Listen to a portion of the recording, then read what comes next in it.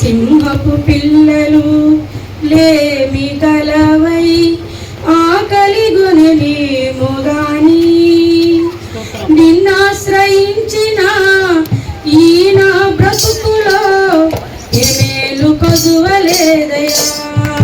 యేసయ్యా నీ కృప నాకు చాలయా, ఏమేలు కొదువలేదయా. యేసయ్యా నీ కృప నాకు చాలయా. సింహపు పిల్లలు లేమి గలవై ఆకలిగొనలేము గాని నిన్నాశ్రయించిన ఈ నా బ్రతుకులో ఏమేలు కొదువలేదయా. యేసయ్యా నీ కృప నాకు చాలయా. పిలిచితే పలికావు, అడిగితే ఇచ్చావు, అలసిన నా బ్రతుకు ఆనందపరిచావు. పిలిచితే పలికావు, అడిగితే ఇచ్చావు, అలసిన నా బ్రతుకు ఆనందపరిచావు. నీ మాట వజ్రాల మూట, యేసయ్యా నా బ్రతుకు ద్రాక్షల తోట. నీ మాట వజ్రాల మూట, యేసయ్యా నా బ్రతుకు ద్రాక్షల తోట. సింహపు పిల్లలు లేమి గలవై ఆకలిగొనలేము గాని నిన్నాశ్రయించిన ఈ నా బ్రతుకులో ఏమేలు కొదువలేదయా. యేసయ్యా నీ కృప నాకు చాలయా.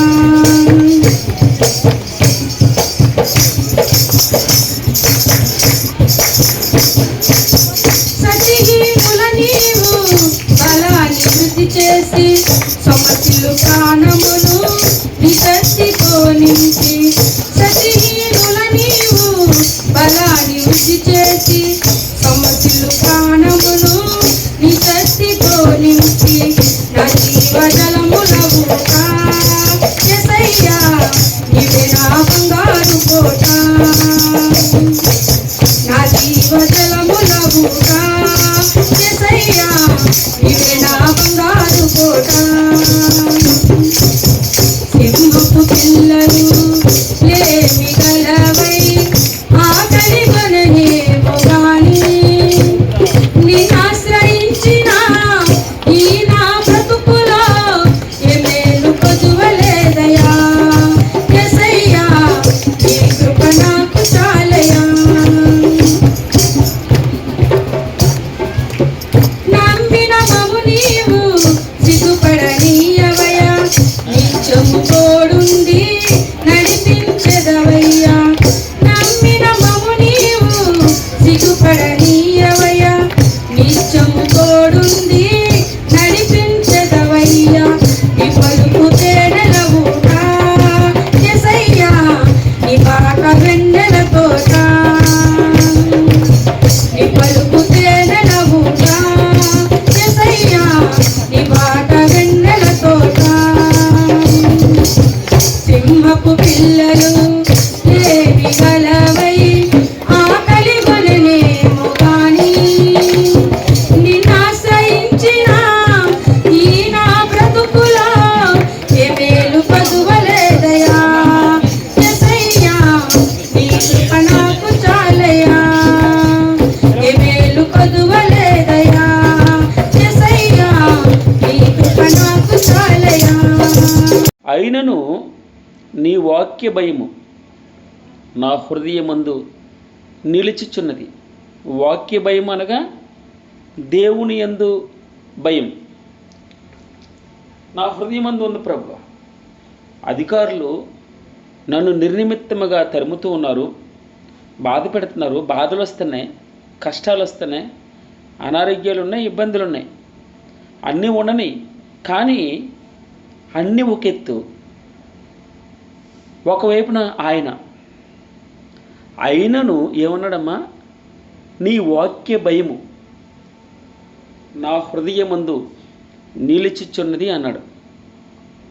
162వ వచనంలో విస్తారమైన దోపు సొమ్ము సంపాదించిన వాని వలె నీవిచ్చిన మాటను బట్టి అనగా నీ వాక్యమును బట్టి నేను సంతోషించుచున్నాను. విస్తారమైన దోపు సొమ్ము అనగా ఈజీ మనీ. ఈజీ మనీ అంటే ఎవరిదో డబ్బు, అది మనది కాదు, మన ఇంటికి వచ్చి పడిపోయింది.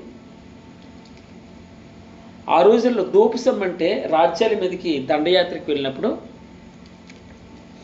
యుద్ధాలకు వెళ్ళినప్పుడు వారి దగ్గర నుంచి దోచుకుంటారు. దోచుకోవడం అంటే వాడు బలహీనుడు అయిపోతాడు. అప్పుడు ఏమవుతాడు? బలవంతుని చేతుల్లో వాడు బానిస అయిపోతాడు. అప్పుడు ఆ బానిస దగ్గర వాడికి ఉన్నదంతా బంగారము, వెండి, డబ్బు అంతా దోచుకుంటారు. అలాగున విస్తారమైన దోపు సంపాదించిన వాని వలె నీవిచ్చిన మాటని బట్టి, నీ మాట దొరికితే ప్రభువా కోట్లు కోట్లు దొరికినట్టు నాకు సంతోషం. అది దాని అర్థం. నీ మాట ఒడిసి పట్టుకుంటే, నీ వాక్యము నేను సొంతం చేసుకుంటే, నీవిచ్చిన మాటను బట్టి, నీ వాక్యాన్ని బట్టి నేను సంతోషించుచున్నాను. అందుకే మన కొలసీలకు రాసిన పత్రిక ధ్యానం చేసేటప్పుడు ఎప్పుడు ఒకటే మాట చెప్తూ ఉండేవాడిని, మనం ఆయన సన్నిధిలో కనిపెట్టుకుని ఉండాలి. రెండు, ఆయన సన్నిధిలో కనపడుతూ ఉండాలి. ఆయన సన్నిధిలో దేని కొరకు కనిపెట్టుకోవాలి? ఆయన మాట కొరకు కనిపెట్టుకోవాలి. ఆయన వాక్యం కొరకు కనిపెట్టుకోవాలి. అవును, స్వస్థత అడగొచ్చు. స్వస్థత కంటే ముందు రక్షణ అడగాలి. నన్ను రక్షించుము ప్రభువా. యేసు అనగా రక్షించువాడు. ఆయన ఎందుకు వచ్చాడు? రక్షించుటకు వచ్చాడు.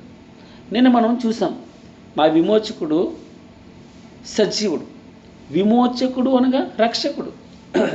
విమోచకుడు అనగా విడిపించేవాడు. విమోచకుడు అనగా బాధలను బాపేవాడు. విమోచకుడు అనగా ఆరోగ్యమునిచ్చేవాడు. విమోచకుడు అనగా అప్పుల బాధ నుంచి తీసేసేవాడు. విమోచకుడు అనగా సమస్తం నీ కుటుంబానికి నెమ్మదినిచ్చేవాడు, ఆనందాన్ని ఇచ్చేవాడు, శాంతిని, సమాధానమును, తృప్తిని. ఎందుకు ప్రభువా? జీవితం అన్ని నిరాశల నుంచి భగవంతుడు విడిపిస్తాడు. అందుకే ఆయన పేరు విమోచకుడు. నా విమోచకుడు అన్నాడు. మన సొంత రక్షకుడు అవ్వాలి, నా సొంత యేసు అవ్వాలి. అప్పుడు ఏమంటున్నాడు? విస్తారమైన దోపు సొమ్ము సంపాదించిన వాని వలె నువ్విచ్చిన మాటను బట్టి నేను సంతోషించుచున్నాను ప్రభువా. అబద్ధము నాకు అసహ్యము, అది నాకు హేయము, నీ ధర్మశాస్త్రము నాకు ప్రియము అన్నాడు. నాకు ప్రీతికరం. మన 97వ వచనంలో మనం చూసాం రాత్రి, నీ ధర్మశాస్త్రము నాకెంతో ప్రియముగా ఉన్నది. మనం కొంచెం ముందరికి వెళ్తే అతి ప్రియముగా ఉన్నది అంటాడు. మామూలు ప్రియం కాదు, ఇష్టం. నీ వాక్యం అంటే నాకు చాలా ఇష్టం ప్రభువా. అది తేనెకంటే తీయగా ఉంటుంది. ఎలా ఉందమ్మా? తేనెకంటే తీయగా ఉంటుంది, మధురంగా ఉంటుంది. అందుకే వాక్యము మనకి తృప్తినిస్తుంది. నా జిహ్వకు అనగా నా నాలుకకి ఎంతో మధురం. 103వ వచనంలో ఉంటుంది ఈ మాట, నీ వాక్యములు నా జిహ్వకు అనగా నా నాలుకకు ఎంతో మధురంగా ఉంది. మధురం అంటే తీపిగా ఉంది. అవి నా నోటికి తేనె కంటే తీపిగా కలిగను. వాక్యము మన ఇష్టాన్ని బట్టి ఉంటుంది, మనల్ని బట్టే ఉంటుంది. అందుకే అన్నాడు భక్తుడు, అబద్ధము నాకు అసహ్యము, అది నాకు హేయము, నీ ధర్మశాస్త్రము నాకు ప్రీతికరం. ప్రభువా 164, నీ న్యాయ విధులను బట్టి దినమునకు 7 మారులు నేను స్తుతించుచున్నాను. ఈ భాగాన్ని రాత్రి మనం ధ్యానం చేస్తాం, మరలా ఇంకోసారి రివ్యూ చేస్తున్నాం. నీ న్యాయ విధులను బట్టి దినమునకు 7 మారులు నేను నిన్ను స్తుతించుచున్నాను. ఎన్నిసార్లమ్మా? 7 మార్లు. 55వ వచనంలో మనం చూసాం, మధ్యాహ్నం, ఉదయము, మధ్యాహ్నము, సాయంత్రం నేను ప్రార్థన చేస్తున్నాను. 55వ కీర్తనే కదమ్మా? 55వ కీర్తనలో నేను ఉదయం, మధ్యాహ్నం, సాయంకాలం నేను నీకు ఏం చేస్తున్నాను, ప్రార్థన చేస్తున్నాను. ఇక్కడే ఉన్నాడు, దినమునకు 7 మార్లు స్తుతిస్తున్నాం. అందుకే నేను ఇంకొక మాట చూసాను, నీ వాక్యమును బట్టి నేను నిత్యము స్తుతిస్తున్నాను అంటాడు, ఎల్లప్పుడూ స్తుతిస్తున్నాను అంటాడు. ఇక్కడ నీ ధర్మశాస్త్రమును కింద 165, నీ ధర్మశాస్త్రమును ప్రేమించే వారికి ఎంతో నెమ్మది కలదు. వారు తూలి తొట్టిల్లుటకు కారణమేమీ లేదు, కారణం ఏమి ఉండదు. ఒక్కసారి ఆయన ధర్మశాస్త్రమును ప్రేమించే వారికి ఎంతో, అంటే చెప్పలేము, ఇన్ఫినిటీ అంటే అనంతం, అంత నెమ్మది ఉంటుందట. వారు తూలి తొట్టిల్లుటకు కారణం ఏమీ లేదు. యెహోవా నీ రక్షణ కొరకు నేను కనిపెట్టుచున్నాను. నీ ఆజ్ఞలను, నీ రక్షణ కొరకు అనగా నీ కొరకు, యేసు నీ కొరకు నేను కనిపెట్టుచున్నాను. నీ ఆజ్ఞలను అనుసరించి నడుచుకుంటూ ఉన్నాను. నేను నీ శాసనములను బట్టి ప్రవర్తించుచున్నాను, అవి నాకు అతి ప్రియములు. పైన చూసాం మనకి ప్రీతికరములట, 97వ వచనంలో చూసాం ప్రియములట. ఇక్కడ ఏం చూస్తున్నాం, అతి ప్రియములు. వాక్యము ఇష్టపడే వారి నుంచి వచ్చేటటువంటి మాటలు. అందుకే అన్నీ అడిగి చూడాలి, యేసయ్యని ఒక్కరిని అడిగి చూడాలి. యేసయ్య అనగా వాక్యం, ఆ వాక్యమును అడిగితే మిగిలినన్నీ ఆటోమేటిక్గా వస్తాయండి. వాక్యం మనం సొంతం చేసుకుంటే, నా సొంత రక్షకుడు నా ఇంట్లో ఉంటే, ఆయన చేతిలో నేనుంటే, నా తోడు నా కూడా ఆయన ఉంటే, నాకు మిగిలినవన్నీ ఆటోమేటిక్గా వస్తాయి. దాని గురించి ప్రాకులాడక్కర్లేదండి, లోకం వైపు ప్రాకులాడక్కర్లేదు. మన ప్రాకులాటంతా, మన ఇష్టమంతా యేసయ్య మనతో ఉంచుకోవడమే. ఆయన మన దగ్గర నుంచి వెళ్ళిపోతే మన చేతకాని వాళ్ళం అయిపోతాం. అందుకే ఈ రోజున, ఈ ఉదయకాలన మరొకసారి మనకి ఆయన ప్రియముగా ఉండాలి, అతి ప్రియముగా ఉండాలి, ప్రీతికరంగా ఉండాలి. మంచిది. ఈరోజు 119వ కీర్తన చివరి భాగం ఏమన్నాడు, యెహోవా నా మొర్ర అనగా, నా మాట అనగా, నా ప్రార్థన నీ సన్నిధికి వచ్చునుగాక. నీ మాట చొప్పున నాకు వివేకము నిమ్ము. 170 చదువుతూ వెళ్దాం. నా విన్నపము నీ సన్నిధిని చేరనిము, నీవిచ్చిన మాట చొప్పున నన్ను విడిపింపుము. నీవు నీ కట్టడులను నాకు బోధించుచున్నావు, నా పెదవులు నీ స్తోత్రమునుచ్చరించును. నీ ఆజ్ఞలనియు న్యాయములు, నీ వాక్యమును గురించి నా నాలుక పాడును. నేను నీ ఉపదేశములను కోరుకుని ఉన్నాను. నీ చెయ్యి నాకు సహాయము చేయునుగాక. యెహోవా నీ రక్షణ కొరకు నేను మిగులు ఆశపడుచున్నాను. నీ ధర్మశాస్త్రము నాకు సంతోషకరము. నీవు నన్ను బ్రతికింపుము, నేను నిన్ను స్తుతించెదను. నీ న్యాయ విధులు నాకు సహాయములగునుగాక. చివరి వచనం, తప్పిపోయిన గొర్రెవలే నేను త్రోవ విడిచి తిరిగి తిని నీ సేవకుని వెదకి పట్టుకును. ఎందుకనగా నేను నీ ఆజ్ఞలను మరుచువాడను కాదు. నాకు అన్నిటికంటే ముఖ్యంగా చూడండి, యెహోవా మొట్టమొదటి వచనం చూద్దాం. 169వ వచనంలో ఏమనుంది, యెహోవా నా మొర్ర నీ సన్నిధికి వచ్చునుగాక. ఏమన్నాడమ్మా, యెహోవా నా మొర్ర నీ సన్నిధికి వచ్చునుగాక. తర్వాత రెండో మాట ఎక్కడుంది, 173వ వచనం, నీ చెయ్యి నాకు సహాయమగునుగాక. మూడవ మాట 175వ వచనంలో, నాకు నీ న్యాయ విధులు నాకు సహాయములగునుగాక. ఇక్కడ చూడండి 173 నీ చెయ్యి నాకు సహాయమగును గాక, నీ న్యాయ విధులు నాకు సహాయమగును గాక.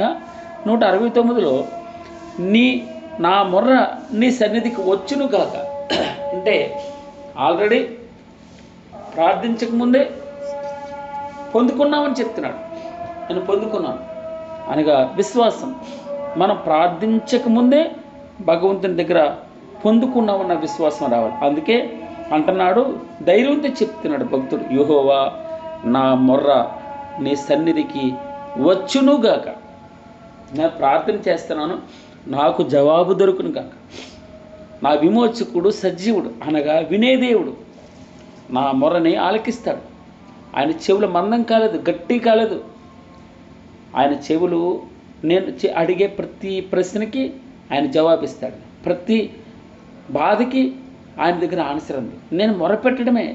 భగవంతుడు ఏం చెప్తాడంటే, మీరు మీ చింతంతా నా మీద వేయండి, నేను మిమ్మును గూర్చి చింతించుచున్నాను. మంచి మాట. ఆయన అంటాడు, నేను మిమ్ముని గురించి చింతించుచున్నాను కనుక మీ చింత యావత్తు నా మీద వేయండి. మీరు చింతించి ఒక మూరడు ఎక్కువ చేసుకోలేరు. మీరు బీపీలు రేజ్ అవుతాయి, మీకు షుగర్లు వస్తాయి. కావున మీ చింత యావత్తు నా మీద వేయమంటాడు భగవంతుడు. అందుకే ఉదయకాలన నా మొర్ర నీ సన్నిధికి వచ్చినగా కన్నా నా ప్రతి సమస్య ఆయనకి చెప్పుకుంటాను, నా బాధ అంతా ఆయనకి చెప్పుకుంటాను, నా కష్టం ఆయనకి చెప్పుకుంటాను. నేను అందుకే ఏం చెప్తారంటే, మీ బాధల్ని లోపల పెట్టుకోవద్దు, ఏమన్నా బయటకు చెప్పండి అంటారు. మంచిదే, చెప్పండి అంటారు, కానీ అది ఎవరికి చెప్పాలి? మనుషులకి చెప్పకూడదు. మనుషులకి నీ బలహీనత చెప్పకూడదు. నీ బలహీనత చెప్తే ఒక రోజున నేను బ్లాక్మెయిల్ చేస్తాను. నువ్వు అనుకుంటావు నువ్వెంత గొప్ప స్నేహితురాలైనా నీ ఇంటి వారు కూడా నిన్ను దెప్పి పొడుస్తారు ఒక రోజున. అవకాశం దొరికినప్పుడు నువ్వేమైనా పెద్దదా అంటారు. అంటే దాని అర్థం ఏంటంటే, మన సమస్యల్ని ఆయనకే చెప్పుకోవాలి. మన మొర్ర ఆయన సన్నిధికే వెళ్ళాలి. ఆయనే మన బాధలను తీర్చేవాడండి. నీవు నాకు మాట ఇచ్చావు ప్రభా, నాకు వివేకము ఇవ్వు, తెలివిని, ఎలా ప్రవర్తించాలో, ఎలా మాట్లాడాలో, ఎలా ప్రార్థన చేయాలో, నాకేం చేయాలి, నువ్వు నాకు తెలివినివ్వాలి. నా ప్రార్థన నీ సన్నిధికి వచ్చును గాక, నా మొర్ర నీ సన్నిధికి వచ్చును గాక. చాలా, నీ సన్నిధికి వస్తే ఇంకేంటి, నా బాధలు తీరిపోయినట్టే. నువ్వు వింటే ఇంకేముంది, కమ్మ అన్నీ కంప్లీట్ అయిపోయినట్టే. హ్యాపీగా నేను పడుకోవచ్చు. 170 వచ్చిన 119వ కీర్తన 170. నా విన్నపము నీ సన్నిధిని చేరనిమ్ము, నీవిచ్చిన మాట చెప్పున నన్ను విడిపింపము, నన్ను నా విమోచకుడా, నా సజీవుడా. నీవిచ్చావు మాట, నువ్విచ్చిన మాట చెప్పున నన్ను ఏం చేయాలి, విడిపించుము. నా విన్నపము నీ సన్నిధిని చేరనిమ్ము ప్రభువా. నీవిచ్చిన మాట చెప్పున నన్ను విడిపింపు. వాగ్దానం చేసిన వాడు నమ్మదగినవాడు. ఆయన మాట ఇచ్చి మాట తప్పే దేవుడు కాదు. మాట ఇచ్చే దేవుడు, మాట తప్పే దేవుడు కాదు. నా విన్నపము నీ సన్నిధిని చేరనిమ్ము, నీవిచ్చిన మాట చెప్పున నన్ను విడిపించు ప్రభువా. నీవు నీ కట్టడలను నాకు బోధించుచున్నావు, నీవు నీ వాక్యమును నాకు బోధించుచున్నావు. నా పెదవులు నీ స్తోత్రము ఉచ్చరించను. ఆయన మనం చూసాం 21వ భాగంలో, దినమునకు 7 మార్లు నేను నిన్ను స్తుతిస్తాను, 7 మార్లు నిన్ను స్తుతించుచున్నాను. నీ ధర్మశాస్త్రమును ప్రేమించే వారికి ఎంతో నెమ్మది ఉంది ప్రభువా. అనగా మనం ఆయన ఎప్పుడు స్తుతించగలమంటే, ఆయన వాక్యం మనకు బాగా అర్థమైనప్పుడు, బైబిల్ బాగా చదివినప్పుడు మనకి ఆయన్ని స్తుతించగలం. ఆయనకి ఇష్టమైన స్థుతే, ఇంకంతకంటే ఏం లేదు. నేను నుంచి ఒక తల్లిగారు ఇందాక పూజ అనుకుంటాను, ఒక వాట్సాప్ స్టేటస్ పెట్టింది. దాంట్లో ఏముందంటే, everyday thank you God day అని రాసింది ఆమె. అంటే ప్రతిరోజు ఆయనకి థ్యాంక్స్ చెప్పేటటువంటి రోజే. పలానా రోజు ఆయనకి థ్యాంక్స్ చెప్పాలి, పలానా రోజు థ్యాంక్స్ చెప్పలేదు కాదు. ప్రతిరోజు కృతజ్ఞతా దినమే. ప్రతిరోజు భగవంతుని నామస్మరణ చేసే రోజే. అందుకే ఆయన మన నామస్మరణ, మన నాలుకల్లో ఆయన గురించి పాడాలి. ఆయన వాక్యమును బట్టి మన నాలుగు పాడాలి. నాలుగు ఎప్పుడు పాడుతుంది? మన హృదయంలో ఉన్నప్పుడు పాడుతుంది కదమ్మా. నా విన్నపము నీ సన్నిధిని చేరనిమ ప్రభువా, నీవిచ్చిన మాట చొప్పున నన్ను విడిపింపుము. నీవు నీ కట్టడలను నాకు బోధించుచున్నావు. నా పెదవులు నీ స్తోత్రమును ఉచ్చరించిన. మన హృదయంలో ఏముంటే మన నాలుక నుంచి అదే వస్తుంది. మన మనసులో ఏముంటే అదే మన నాలుక నుంచి బయటకు వస్తుంది తల్లి. అలాగనే మనం ఆయన్ని నింపుకుంటే మన నాలుక నుంచి ఆయన వస్తాడు. ఆయన గురించి స్తోత్రం చెల్లించగలం. ఆయన లేరనుకోండి మనసులో, నువ్వు స్తోత్రం అంతగా అది రుచిగా ఉండదు. నువ్వు స్తుతి చెల్లించేటప్పుడు, స్తుతి చెల్లించడంగా పాట. స్తుతి అంటే ఏంటి? పాట, కృతజ్ఞత, థ్యాంక్సే. కానీ అది పాటలా రావాలి. పాట వచ్చేటప్పుడు ఏమొస్తుంది తెలుసా? స్తుతి అనగా, స్తుతి అనగా క్రియ. ఓన్లీ నాలుగుతో స్తోత్రం స్తోత్రం స్తోత్రం అంటే కాదు. ఎందుకు మనం స్తోత్రం చెల్లిస్తున్నామో చెప్పాలి. హల్లెలూయా హల్లెలూయా అంటాను, నేను కూడా అంటాను అప్పుడప్పుడు. హల్లెలూయా అంటాం. ఎందుకు అంటున్నాం హల్లెలూయా అని? ఏ కారణం చేత అంటున్నాం? ఏ కారణం చేత ఆయనకు స్తుతి కలగాలి. మన జీవితంలో స్తుతి, ఆయనకు స్తుతి కలిగి ఆయనకు మహిమ కలిగేంత మంచి ఉందంటారా? అలాంటి క్రియలు మన జీవితాలు ఉన్నాయా? ఆలోచన చేయాలి. నీ ఆజ్ఞలన్నీ ఏమన్నాడమ్మా? నీవు నీ కట్టడలను నాకు బోధించుచున్నావు అనగా, బోధిస్తే నేను అనుసరిస్తాను కదమ్మా. నువ్వు బోధించుచున్నావు, నువ్వు నాకు ట్రైన్ చేస్తున్నావు. నువ్వు నన్ను ట్రైన్ చేస్తూ నేను దాని ప్రకారం, వాక్య ప్రకారం జీవిస్తున్నాను. వాక్యాన్ని లోపల పెట్టుకుంటున్నాను. వాక్యం తప్ప నా జీవితం ఏదీ లేదు. అప్పుడు నా పెదవులు నీ స్తోత్రము ఉచ్చరించను. ఇక్కడే మనకు దొరుకుతున్న ఆన్సర్. ఎప్పుడు స్తోత్రం చెల్లిస్తాను? నువ్వు నీ కట్టడలను, నీ వాక్యము నాకు బోధించినప్పుడు, నేను దాని ప్రకారం జీవించినప్పుడు నా పెదవులు నీకు స్తోత్రము ఉచ్చరిస్తాయి. నీ ఆజ్ఞలన్నీ న్యాయములు, నీ వాక్యమును గూర్చి నా నాలుక పాడును. స్తోత్రం ప్రభు. దేని గురించి పాడుతుందమ్మా? వాక్యమును గురించి. అందుకే ఒక పాట ఉంటుంది మనకి, వాక్యమును యాకోబుకు తెలియజేసిన వాడవు, ఏ జనమునకి లాగునా చేసి ఉండలేదని, దేవునికి స్తోత్రము గానము చేయుటయే మంచిది, మనమందరము స్తుతి గానము చేయుటయే మంచిది.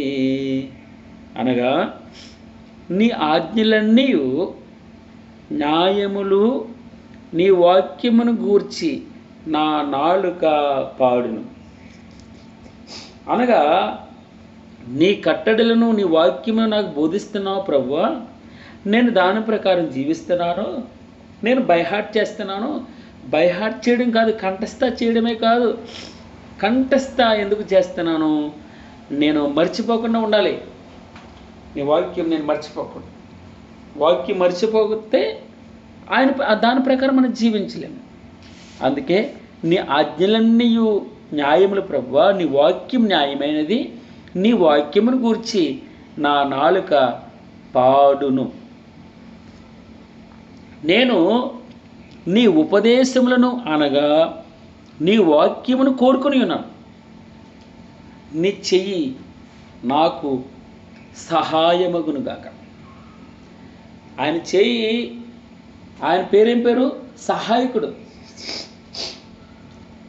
ఆయన మనకి సహాయకుడు. ఏమన్నాడు? నేను నీ ఉపదేశములను కోరుకొని ఉన్నాను. నేను ఇష్టపడ్డాను. నేను మరలా చెప్తాను, కోరుకుంటే యేసుని కోరుకోవాలి, ఆయన్ని కోరుకోవాలి. ఆయన మనం కోరుకున్నప్పుడు మిగిలినవి ఆయన చేయి మనకు సహాయం చేస్తాడు. ఇప్పుడు ఆయన దగ్గరికి రండి, అప్పుడు ఆయన దగ్గరికి వస్తాడు.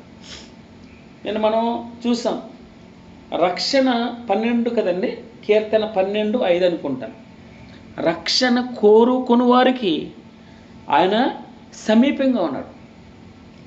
రక్షణ ఎవరైతే కోరుకుంటారో, బలవంతం లేదు, నీ ఇష్టం. భగవంతుడు ఈ ఉదయకాలన నువ్వు ఆయన పిలిస్తే పలికే దేవుడు. నువ్వు పిలవట్లేదనుకోండి, ఆయన చేతులు చాపుతూ ఉంటాడు, తలుపు కొడుతూ ఉంటాడు, సువార్త ద్వారా నిన్ను పలకరిస్తూ ఉంటాడు. కానీ నీ ఇష్టం, నువ్వు కోరుకోవాలి.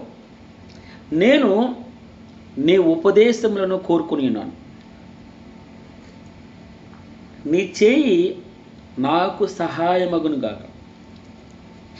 ఆయన నీకు సహాయం చేయడానికి ఒక పాట పాడతాము. ప్రార్థించకపోయినా పలకరిస్తూ ఉంటావు, మాట వినకపోయినా కలవరిస్తూ ఉంటావు. ఎందుకింత ప్రేమ నాపై యేసయ్యా, ఎందుకింత జాలి నాపై యేసయ్యా. ఏ రుణమో ఈ బంధము, నా ప్రేమమూర్తి తాళలేను నీ ప్రేమను. నా ప్రాణమైనావు నీవు, ప్రాణమా నా ప్రాణమా. అనగా మనం ప్రార్థించకపోయినా, మనం మొరపెట్టకపోయినా నీకోసం నీకు సహాయం చేస్తూనే ఉంటాడు. ఆయన నిన్ను కోరుకుంటూ ఉన్నాడు. అయితే నేను నీ ఉపదేశములను కోరుకుని ఉన్నాను, నీవు కూడా ఆయన కోరుకొని ఉండాలి, నువ్వు కూడా ఆయన ఇష్టపడాలి. ఆయన ఒక్కడే నిన్ను ప్రేమించి ప్రాణాన్ని పెట్టాడు. ప్రాణం పెట్టిన దేవునికి నువ్వు కొంచెం కూడా చేయలేవా?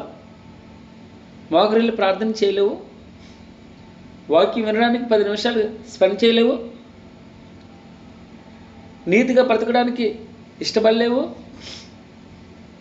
ఆయన కోసం పరిశుద్ధంగా ఉండడానికి, నాలుగు పరిశుద్ధంగా ఉంచుకోవడానికి, శరీరం పరిశుద్ధిగా ఉంచుకోవడానికి కొంచెం త్యాగం చేయలేవు. యేసు అనగా త్యాగం అని మనం వింటాం. యేసుక్రీస్తు అంటే ఏంటమ్మా? త్యాగం. మనం త్యాగమూర్తిని దేవుడిగా కోరుకున్నాం. మనం యేసుక్రీస్తు వారి వలె ఉండాలని ఇష్టపడుతున్నాడు భగవంతుడు. దేవుని పిల్లలుగా ఉండాలని నీకు అధికారం ఇచ్చాడు. ఆయన పక్కన, ఆయన సింహాసనంలో కూర్చోవాలని, ఆయనలా నిన్ను చేసుకోవాలని, ఆయన చేసిన దానికంటే అధికంగా ఈ లోకంలో నువ్వు సూచనలు, అద్భుతాలు, మహత్యాలు చేయాలని ఆయన నిన్ను చూజ్ చేసుకున్నాడు.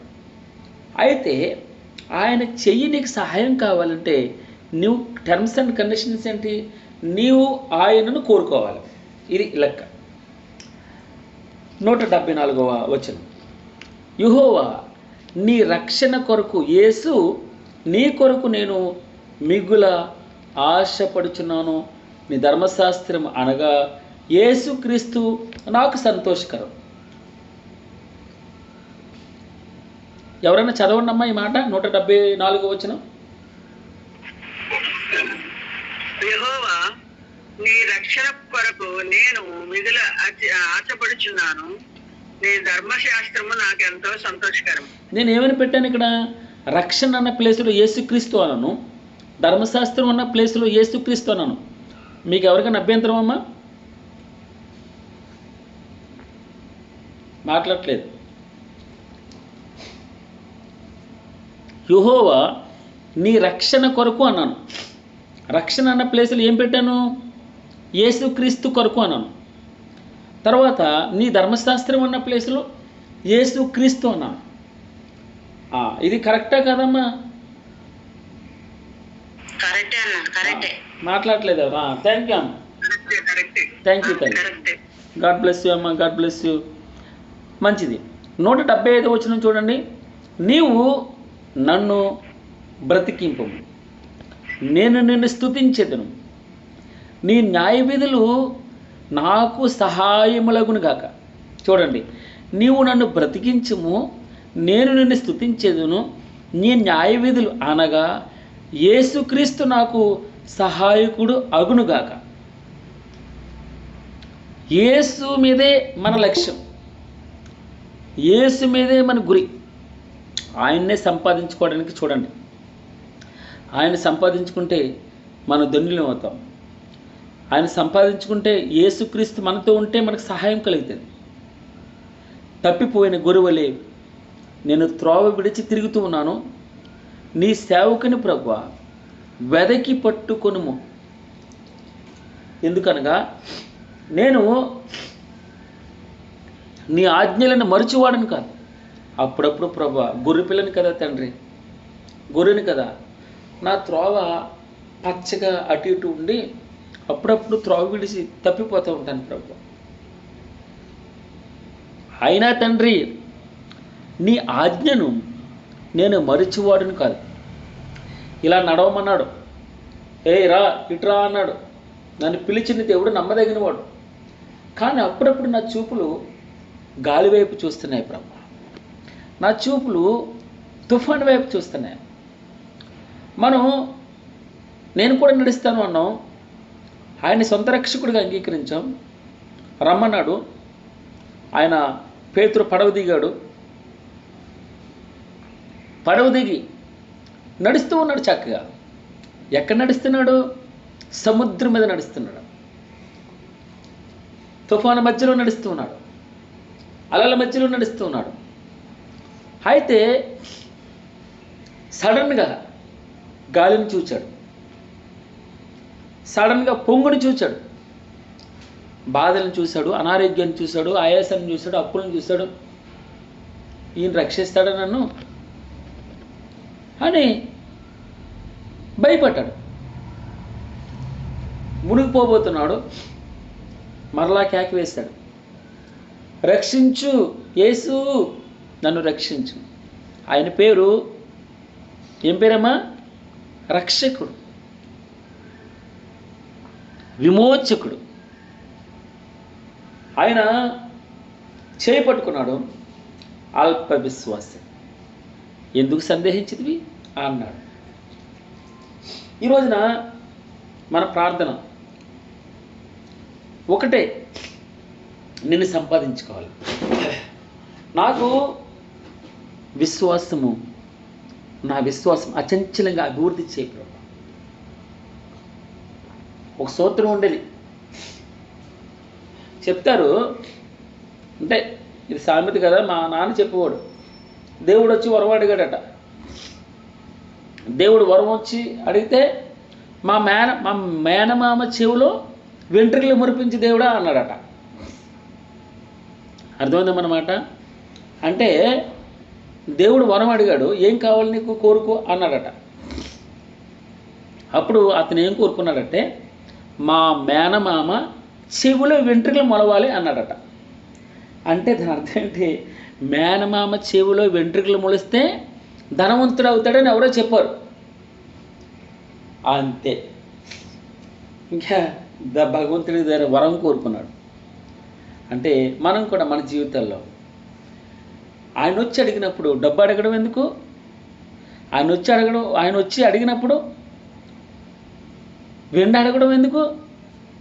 ఆయన దగ్గర మనం ఆయన్ని వరంగా పొందుకోవాలి. నీవే నా భాగం,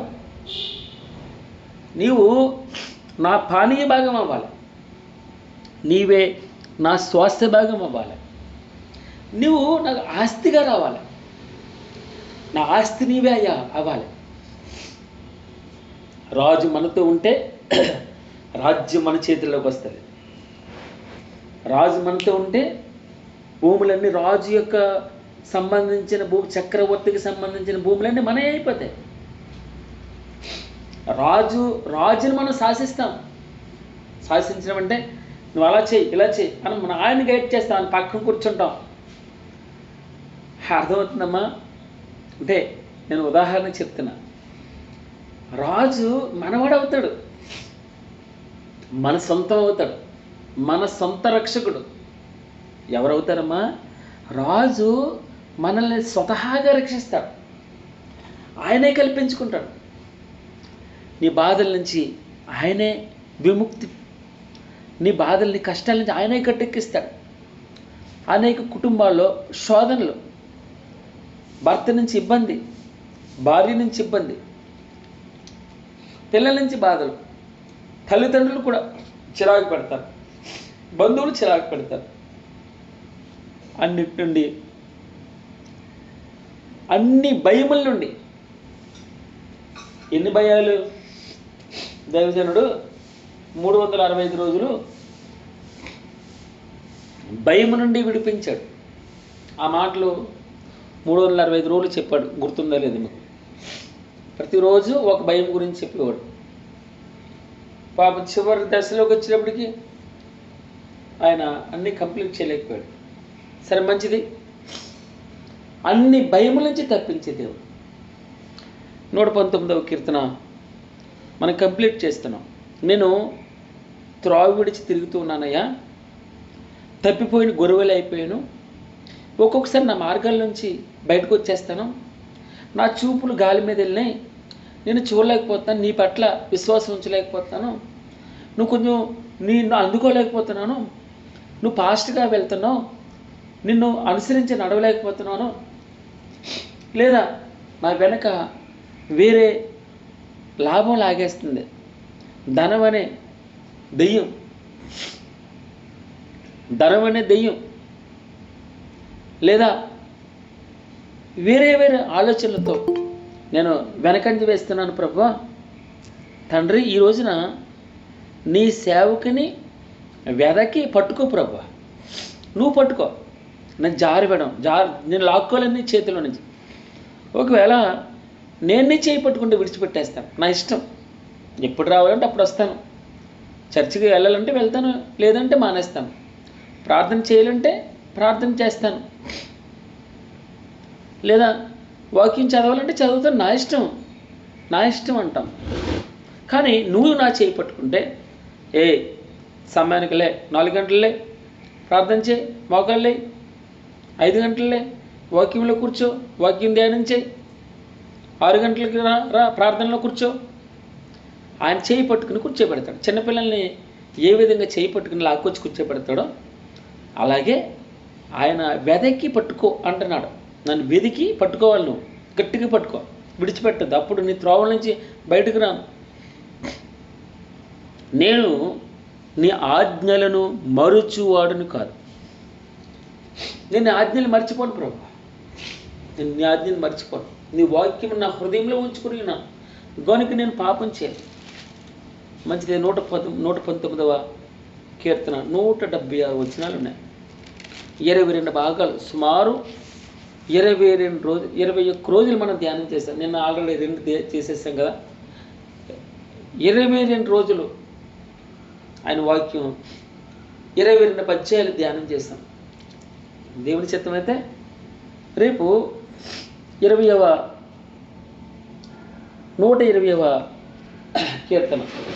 అయితే 120వ కీర్తనలోకి వెళ్ళే ముందు నేను 119వ కీర్తనలో వాక్యం అన్న మాట మరలా నేను ఒకసారి రెఫరెన్స్ ఇస్తాను. 9వ వచనంలో యవనస్తులు దేని చేత తమ నడత శుద్ధిపరుచుకుందరు, నీ వాక్యమును బట్టి దానిని జాగ్రత్తగా చూచుకున్నట్టు చేతనే కదా. నీ వాక్యం అన్న ప్లేస్లో యేసు క్రీస్తు అన్న మాట పెట్టుకోండి. 11వ వచనం, యవనస్తులు దేని చేత తమ నడత శుద్ధిపరుచుకుందరు, యేసు క్రీస్తుని బట్టి ఆయనను జాగ్రత్తగా చూచుకున్నట్టు చేతనే కదా. ఇది మాట అర్థం. 11వ వచనం, నీ ఎదుట నేను పాపం చేయకున్నట్లు నా హృదయంలో నీ వాక్యమును ఉంచుకుని ఉన్నాను. అనగా నీ ఎదుట నేను పాపం చేయకున్నట్లు నా హృదయంలో యేసు క్రీస్తును ఉంచుకొని ఉన్నాను. 3 16 వచనం, నీ కట్టడలను బట్టి నేను హర్షించేదను, సంతోషిస్తాను. నీ వాక్యమును నేను మరువక యుందును, అనగా యేసుక్రీస్తును నేను మరువక ఉందును. 17వ వచనం, నీ సేవకుడైన నేను బ్రతుకున్నట్లు నా ఎడల నీ దయారసం చూపు ప్రభువా. నీ వాక్యమును బట్టి నేను నడుచుకుందును, అనగా యేసుక్రీస్తును అనుసరించి నేను నడుచుకుందును. 25వ వచనం, నా ప్రాణం మంటిని హత్తుకొని చెందాను, క్షయమైన దాన్ని హత్తుకుంటూ ఉంది. అయితే నీ వాక్యము చేత నన్ను బ్రతికింపుము. ఏమని చెప్తున్నాడు? యేసుక్రీస్తు నిన్ను బట్టి నన్ను బ్రతికించు ప్రభా, యేసుని బట్టి నన్ను బ్రతికించు. 28వ వచనం, వ్యసనం వలన నా ప్రాణం నీరైపోయింది, నీ వాక్యం చేత నన్ను స్థిరపరచుము, యేసుక్రీస్తు చేత నన్ను స్థిరపరచుము తండ్రి. 43వ వచనం, నా నోటి నుండి సత్యవాక్యమును ఏమాత్రమును తీసివేయకు, నీ న్యాయవిధుల మీద నా ఆశ నిలిపియున్నాను. ఏమని చెప్పాలి నేను? నా నోటి నుండి యేసు నీ నామస్మరణ ఎప్పుడు తీసివేయద్దయ్యా. నీ మీద నా ఆశ నిలుపుకొని ఉన్నాను, నీ మీదే నా ఆశ నిలుపుకొని ఉన్నాను. 50వ వచనం, నీ వాక్యము నన్ను బ్రతికించినది, నా బాధలో ఇదే నాకు నెమ్మది కలిగించుచున్నది. అనగా యేసుక్రీస్తు నువ్వు నన్ను బ్రతికించి ఉన్నావు, యేసుక్రీస్తే నన్ను బ్రతికించాడు. నా బాధలో యేసే నాకు నెమ్మదిగా ఉంది, యేసే నాకు నెమ్మది కలిగిస్తూ ఉన్నాడు. 57వ వచనం, యెహోవా నీవే నా భాగం, నీ వాక్యములను అనుసరించి నడుచుకుందని నిశ్చయించుకున్నాను. యెహోవా యేసు నీవే నా భాగం, నీవు నా ఆస్తి, నీవే నా అంతస్తు, నీవే నా భూములే, నా సమస్తం నీవే, నా భాగము. నేను నీలా ఉండాలి, నువ్వు నా సొంతం అవ్వాలి. నీ వాక్యములను అనుసరించి, అనగా యేసును అనుసరించి నడుచుకుంటాను. ఆయన అడుగుజాడలను నడుస్తాను, ఆయన వెంబడిస్తాను, ఆయన శిష్యుడిగా ఉంటాను. 67వ వచనం, శ్రమ కలుగక మునుపు త్రోవ విడిచిపోయాను. నాకు బాధలు లేవు, అన్నీ బాగున్నాయి అనుకున్నాను, యేసుని విడిచిపోయాను. ఇప్పుడు నీ వాక్యమును అనుసరించి నడుచుకోవాలి. యేసును అనుసరించి, జీసస్ ఫాలోవర్స్ యేసును అనుసరించి నడవాలి, యేసును అనుసరించి నడవాలి. నీ వాక్యం మీద 74వ వచనం, 119వ కీర్తన 74వ వచనం, నీ వాక్యం మీద నేను ఆశపెట్టుకున్నాను, నీ యందు భయభక్తులు గలవారు నన్ను చూచి సంతోషించరు. యేసునందు భయభక్తులు నిలిపాలి, అప్పుడు నన్ను చూచి యేసుక్రీస్తులా నన్ను వారు గమనించాలి, వారు సంతోషించాలి.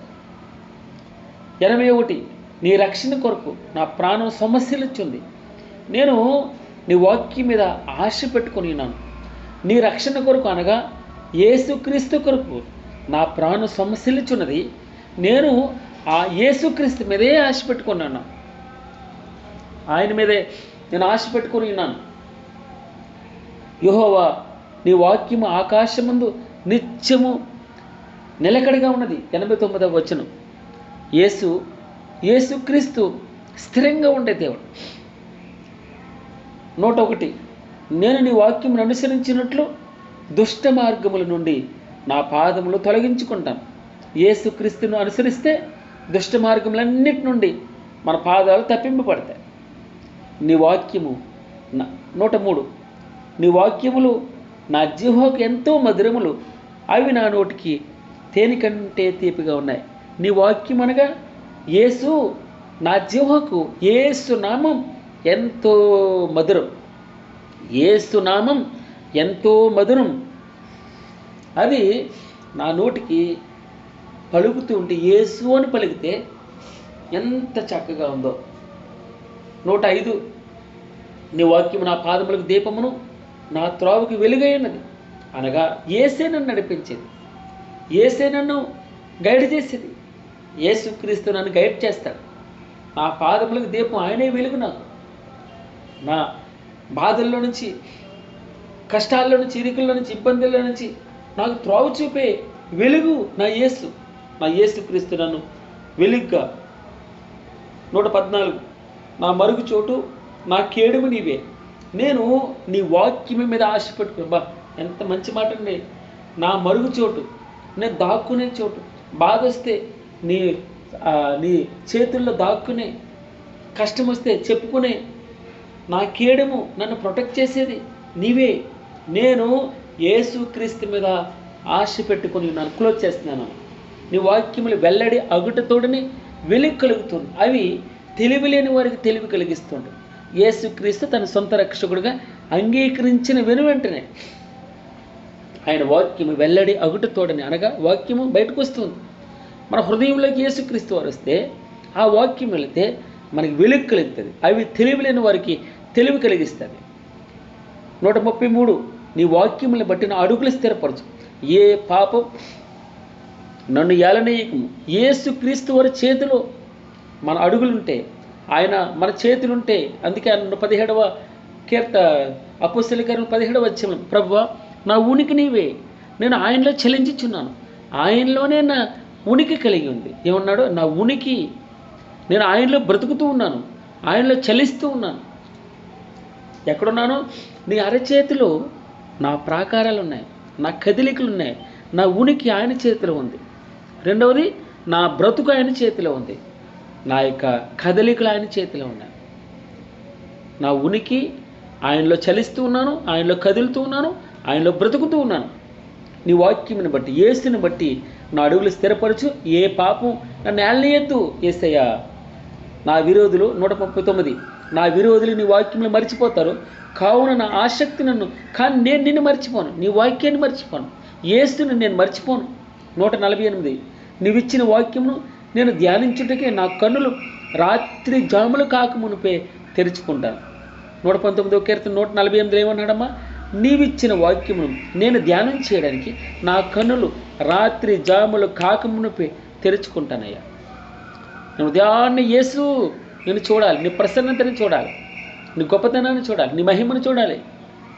నీ ఆజ్ఞలన్నీ న్యాయములు ప్రభా. 172వ వచనం, నీ ఆజ్ఞలన్నీ న్యాయములు, నీ వాక్యమును గురించి నా నాలుక పాడును. యేసు నీ సన్నిధిలో ఏమేమి మధురము. చక్కగా పాడతారు పాట. నేను యేసుని గురించి పాడాలి. యేసే నా సహకారి, యేసే నేను ఆయన ఫాలో అవుతున్నాను, యేసే నా భాగం, యేసే నా సమస్తం, యేసు తప్ప నా జీవితం ఏదీ లేదు. ఇంకో విధంగా చెప్పాలంటే యేసు మయం. అవును, నా సర్వస్వం ఆయనే. ఉన్నాయి కానీ లేని కానీ రాబోని కానీ ఏదైనా ఆయన తర్వాతే. ఆయనే నా ప్రయారిటీ, యేసుక్రీస్తే నా ప్రయారిటీ. బ్రతుకుట క్రీస్తే, చావైతే లాభం. స్తోత్రం ప్రభా.